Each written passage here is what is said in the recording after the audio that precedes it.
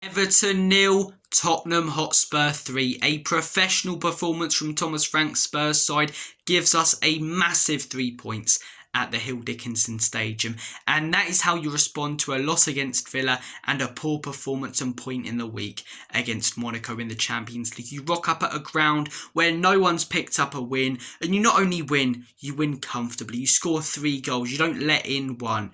We did the basics extremely well tonight. Was it exceptional, free-flowing, liquid football? No. But everyone put in at least a 7 out of 10 performance for us tonight, and that is why we picked up the win, in my opinion. Did the basics very, very well, and that's what you've got to do at these grounds. Make yourselves hard to play against. Last season, teams were licking their lips at the prospect of playing Tottenham. This season, they don't want to, because even if they win, it's going to be a tough game. It's not going to be easy, and we made it very, very difficult for Everton today. The first player I want to discuss, Mickey van der Ven. He doesn't get the respect he deserves from opposition fans, and it really annoys me. He's one of the best centre-backs in not just the Premier League. I would say he's up there for the best centre-backs in the world. I really, really would, because what is it that this guy can't do?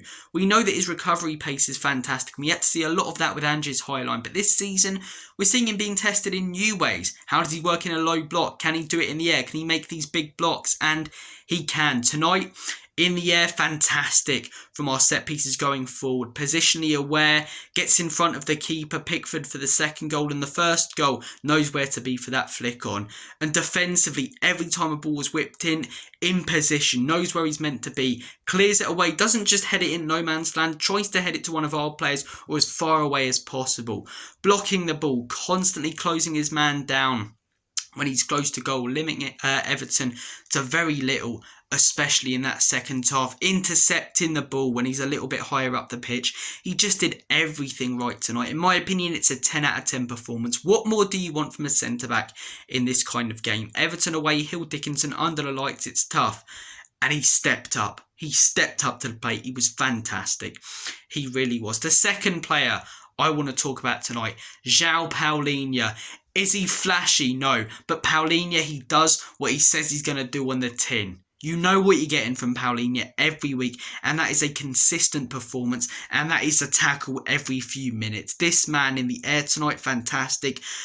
Getting stuck in literally every few minutes. He really was. But it's the way he reads the game. He reads passes. And especially in that second half, all of Everton's play was coming in wide areas. None of it centrally. Dewsbury Hall not allowed in the game. And that's because Paulinho didn't give them any space in the middle. He was so good at covering ground, covering that space. And he was just exceptional tonight. Vicario, distribution-wise, still a few question marks, but that's 2 performances in a row where his shot stopping has been exceptional. That's one way to shut me and many other doubters up, my friend. Step up like you have done. Stop commanding other people on what to do when you're failing yourself. And the last couple of games, he stepped up himself. So have a go at your defenders when they occasionally get things wrong, because you've got a right to now when you put in performances like that.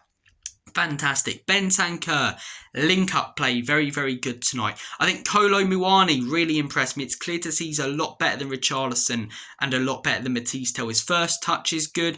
His link-up play is really good. There was one moment where it was played to him under a bit of pressure, and he does this little Rabona and frees up Xavi Simons, who wasn't great tonight, in all honesty. I'll get onto that in a second, but frees up Xavi Simons. The one thing he didn't get to do was have a shot on goal, so we don't know how clinical he is, but can't really judge him when he didn't get much service in that first half. If he gets that chance that Richarlison did when he came on, in my opinion, the way he was playing ends up in the back of the onion bag. He was running the channels as well, wasn't just doing the work in the middle.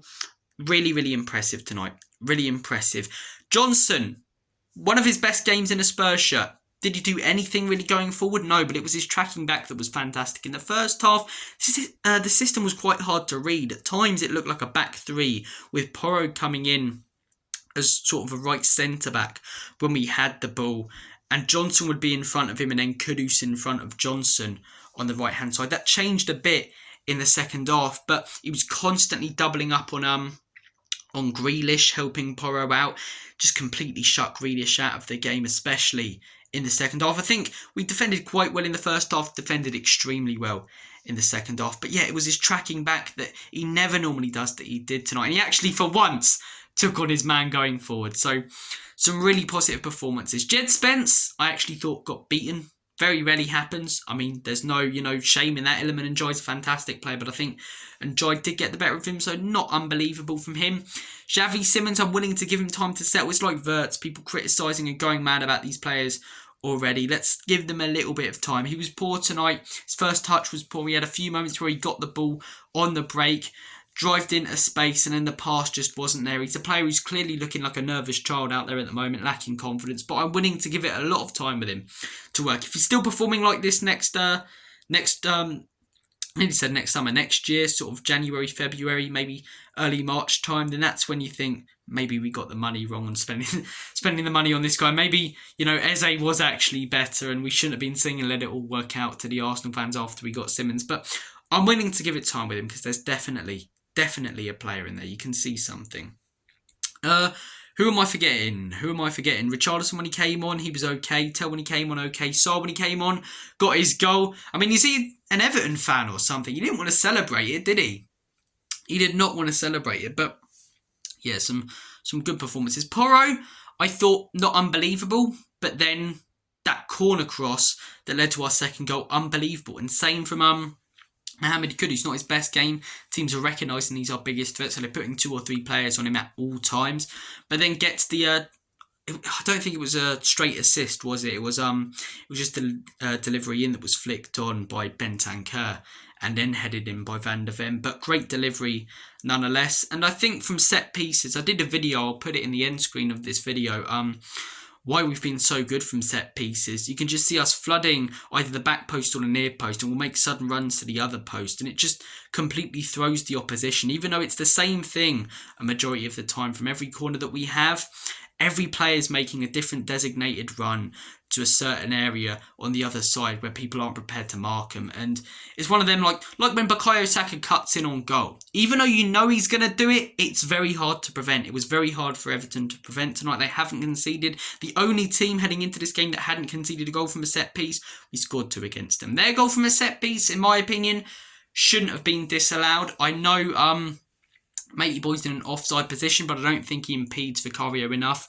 And the whole point of VAR is to correct clear and obvious errors. And the fact that there was multiple people debating this shows that it wasn't a clear and obvious error because a majority of people didn't agree on it. It's not like 90% of people were saying that it should have been disallowed or should have been allowed, and then the other 10% were saying stuff like shut up. No, it was very 50-50, maybe 60-40 either way. So should have been allowed in my opinion, but I can move on pretty easily. Good performance tonight though. With the ball in the second half, not fantastic, but we didn't need to be really once we had the 2 goals. Definitely need a lot of work when it comes to our play in the final third. But defensively tonight, fantastic. Our midfield, that double pivot of Paulinho and Bentancur, the best it's worked at Spurs. Maybe persistence is key. Thomas Frank got his tactics bang on with that system in the first half that was a bit different, overloading the right-hand side. Focusing on set pieces. I think he got his subs bang on, so deserves a lot of credit. Just a great day to be a Spurs fans. Bit of pressure heading into this game, considering the last few performances and results. But yeah, we dealt with it extremely well. We didn't crumble like a chocolate digestive, so I normally like to say that we do. And yeah, big game coming up against Chelsea next weekend. Even if we lose that, we're going to make it tough for them. Spurs are a tough side to beat. Thank you guys for watching this video. Take care of yourselves, and as always and forever, come on, you Spurs.